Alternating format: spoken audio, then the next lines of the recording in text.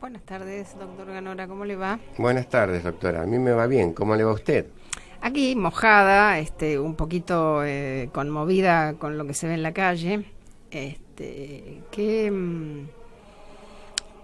Qué curioso que veamos estas movilizaciones en donde se ve tanta degradación humana, ¿no? Tanta cosa fea, tanta manipulación con gente que la está pasando muy mal y exhiben esa pobreza y ese estado de situación con mujeres y niños mojándose, con bebés. La verdad que vivir en esta ciudad se está haciendo cada vez más difícil. Y están usando a un proletariado muy caído para movilizaciones políticas de cualquiera de los dos partidos, tanto el gobierno como la oposición. O sea, a esa gente yo creo que no le importa demasiado quién los esté gobernando. El punto es que ese grado de miseria al que se ha llegado no se lo merece nadie. No se lo merece nadie. O sea, ya no importa quiénes son los responsables. El punto es que, muchachos, alguien póngase media pila y hagan algo. Y bueno, ahí está una violación sistemática de los derechos económicos, sociales y culturales, que a su vez desencadena también un estado de dependencia y de obediencia que significa una destrucción del libre pensamiento. Porque yo no puedo pensar que una persona que está limitada a la satisfacción de sus necesidades más básicas, las más animales, pueda tener aspiraciones a otra cosa. Es como un prisionero al cual está esperando que venga el plato de comida como única expectativa de su vida. Esa es la realidad, es un calabozo social la República Argentina. ¿Cuáles son las opciones, ¿no? Ante esta manipulación, ¿cuáles son las opciones? Mira, yo creo que las opciones tienen que pasar por empezar a analizar hasta dónde llega la obediencia, el deber de obediencia a las autoridades y en qué momento tiene que empezar algún tipo de resistencia a la opresión. Porque esto es un sistema opresivo al cual tenemos que oponerle una resistencia. Ganora, ¿no está en crisis el sistema capitalista? Porque esto de la grieta a mí ya me tiene un poco cansada.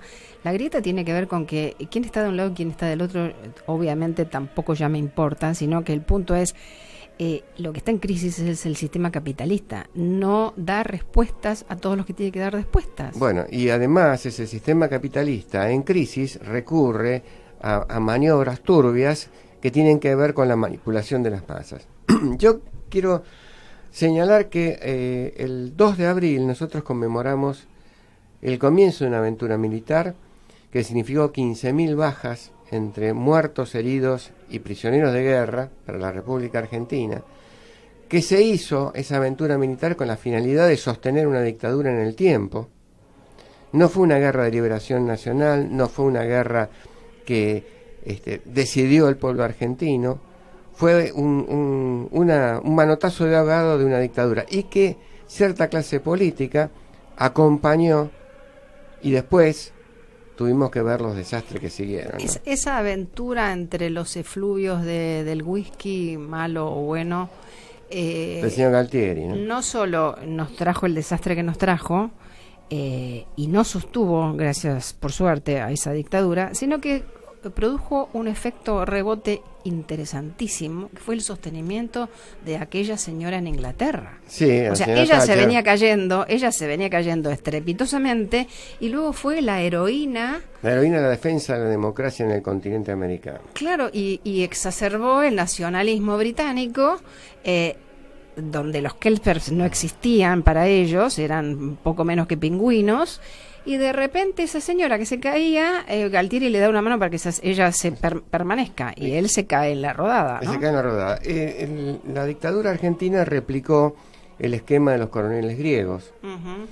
Cuando la dictadura en Grecia, que va del año 1967 al año 74, se estaba viniendo abajo por el levantamiento de los estudiantes de la Universidad Tecnológica, ellos realizan la invasión de la isla de Chipre, la famosa Enosis, y a consecuencia de esa invasión levantan la bandera del nacionalismo griego. Chipre tiene un pedacito que no es de ellos. No, Chipre es un país independiente donde tiene una población mayoritariamente griega, pero tiene una minoría turca muy importante. Sí. Y está dividida. No, y además tienen una base militar. Bueno, el asunto es que los británicos tienen una base militar. Obviamente. Lo concreto es que los griegos invadieron, los turcos reaccionaron, hicieron bolsa al ejército griego, lo trituraron, y a consecuencia de eso triunfa la insurrección en Grecia contra la dictadura militar y son llevados a juicio. O sea, es la mismo, en el 74 los griegos hicieron lo mismo que nosotros vamos a hacer en el 82. Parece que llevar a juicio a los coroneles. Decíamos, el 82 fue la caída, en el 84, 84. es el procesamiento de los militares. Esa monstruosidad tendría que habernos hecho reflexionar a nosotros de que una guerra no puede ser decidida por un matón o por un grupo de matones entre botellas de whisky como fue el señor Galtieri y sus generales, sino que es una decisión que tiene que tomar el Congreso Nacional de acuerdo a nuestra Constitución Nacional. En aquel momento era el 67 inciso 21 de la Constitución, hoy es 75 inciso 25 de nuestra Constitución Nacional. Solamente el Congreso puede autorizar una declaración de guerra. Solamente el Congreso puede autorizar que el país se involucre en una cosa así, porque es lógico, tiene que debatir todo el pueblo a ver si nos conviene o no nos conviene meternos en una situación en esa aventura. En esa aventura. No es una decisión de un militar esclarecido. Bueno, esa situación de militares esclarecidos es la que nos está poniendo a todos nosotros en una situación complicada en América Latina. O sea, tuvimos una oleada de gobiernos militares que termina en los años 80, pero ahora vuelven los militares, pero vuelven a través de mecanismos electorales. Están volviendo en Brasil, y en la propia Venezuela hoy tenemos un gobierno como fue el de Chávez, que era un gobierno con apoyo militar, y hoy el de Maduro es un gobierno que ya es un gobierno militar con un disfraz de gobierno civil. O sea, lo que está gobernando realmente en estos momentos Venezuela es el general Diosdado Cabello y el general Padrino. Entonces, esa es la realidad de la situación.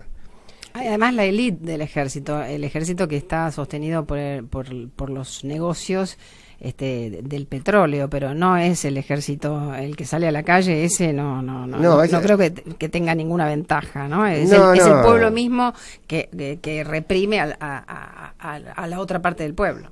Y como ocurría en Grecia, este grupo militar de Maduro tiene los llamados colectivos armados. Hay una película en Z, ¿te acuerdas el famoso CROC, que era el grupo, el paramilitar o parapolicial del choque? Contanos un poquito Z, ¿qué es y de qué año? Porque acá las chicas que nos acompañan en el piso no tienen la más mínima idea de qué les estamos hablando, porque esto es antes de que ellas nacieran, mucho antes. Bueno, a ver, ¿qué es Z? En 1968, Costa Gavras, que es un director griego, filma una película que se llama Z, que habla sobre el asesinato del diputado Lambrakis, que era un dirigente de izquierda en Grecia, por parte del gobierno de los coroneles, ¿no? Papadopoulos era el coronel que había ordenado asesinarlo.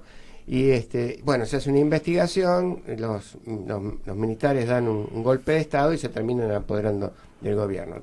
La película Z se llama Z porque sigue vivo. Esa es la idea. Entonces, hay un juez de instrucción que hace la investigación de todo el asesinato y va involucrando a los militares. En aquel momento, cuando se pasa esa película en Argentina, había una dictadura militar. Entonces, todo el mundo que iba a ver la película se emocionaba, aplaudía, lloraba, qué sé yo, porque se sentía identificado. Era catártica todos íbamos y aplaudíamos y llorábamos y manifestábamos nuestra adhesión a esa gesta, ¿no? Porque no podíamos manifestarlo en el país. Entonces, bueno, el proceso que estaban viviendo los griegos, después lo va a volver a vivir la Argentina, con la dictadura de Videla y el posterior intento de invadir Malvinas, como los griegos habían intentado invadir Chipre con el famoso proceso de la enosis. Pero lo que a mí me interesa ver es cómo se reacciona desde el punto de vista político frente a la consolidación de una dictadura. Hay tres posibilidades. Hay una posibilidad que es la que marca nuestra Constitución Nacional hoy, que es el artículo 21, el 29 y el 36, que es la resistencia armada a la creación de una dictadura. El artículo 21 dice, tenemos la obligación de armarnos en defensa de la Constitución, y el 36 nos autoriza a resistir esto. Uh-huh. Eso está de acuerdo además con el prólogo de la Declaración Universal de Derechos Humanos, que plantea el derecho de resistencia a la opresión. Pero en sistemas constitucionales, donde hay un régimen democrático en funcionamiento, no corresponde alzarse en armas, porque eso evidentemente es atentar contra un sistema que es esencialmente justo, que es el de la Constitución. Pero sí autoriza la doctrina lo que se llama la desobediencia civil. Ese sería el segundo. Dijiste que ante una dictadura hay tres maneras. Está la segunda manera. La segunda manera es la desobediencia civil, que no se da en dictadura, sino que se da en regímenes democráticos que se empiezan a apartar del sistema constitucional. La desobediencia civil es la que practicaba, por ejemplo, Martin Luther King, o la que va a practicar Gandhi, que es un procedimiento pacífico de violación de la ley, y de aceptación de la sanción que pueda haber, porque el objetivo es motivar a la mayoría de la población que está permaneciendo indiferente ante la injusticia del acto. Por ejemplo, Martin Luther King iba preso. ¿Y la tercera manera? Y la tercera manera es la objeción de conciencia, que es la que se plantea ante hechos que son contrarios a valores fundamentales. Esto también está en alguna encíclica. Sí, pero a mí me interesa más desde el punto de vista de los derechos humanos y desde el punto de vista de la lucha contra formas autoritarias que se están imponiendo y que se quieren imponer en América Latina. O sea, tenemos el problema de la violación sistemática de los derechos humanos en materia de derechos económicos, sociales y culturales por los planes de ajuste y que tienen características discriminatorias. Tenemos la aparición de gobiernos autoritarios de características militares o semimilitares, y además tenemos una clase política que de alguna manera a veces está perdida en esta situación. Bueno, en eso necesitamos nosotros Sí, hay un sesgo autoritario, como que necesitamos al padre que venga y nos ponga en vereda, ¿no? Ayer lo escuchaba a O'Donnell, a Pacho O'Donnell, decir justamente esto, esta necesidad nuestra de tener a alguien que nos ponga en vereda. O sea, buscamos al padre, buscamos a alguien que nos baje línea, no de manera democrática, sino de manera autoritaria. El padre, ¿no? Padrón. Viste, como que todo el mundo te dice, no, esto tiene que venir alguien y arreglarlo, o sea, a la fuerza. O sea, está en nuestro ADN. Y bueno, es el ADN de la tradición hispánica colonial, ¿cierto?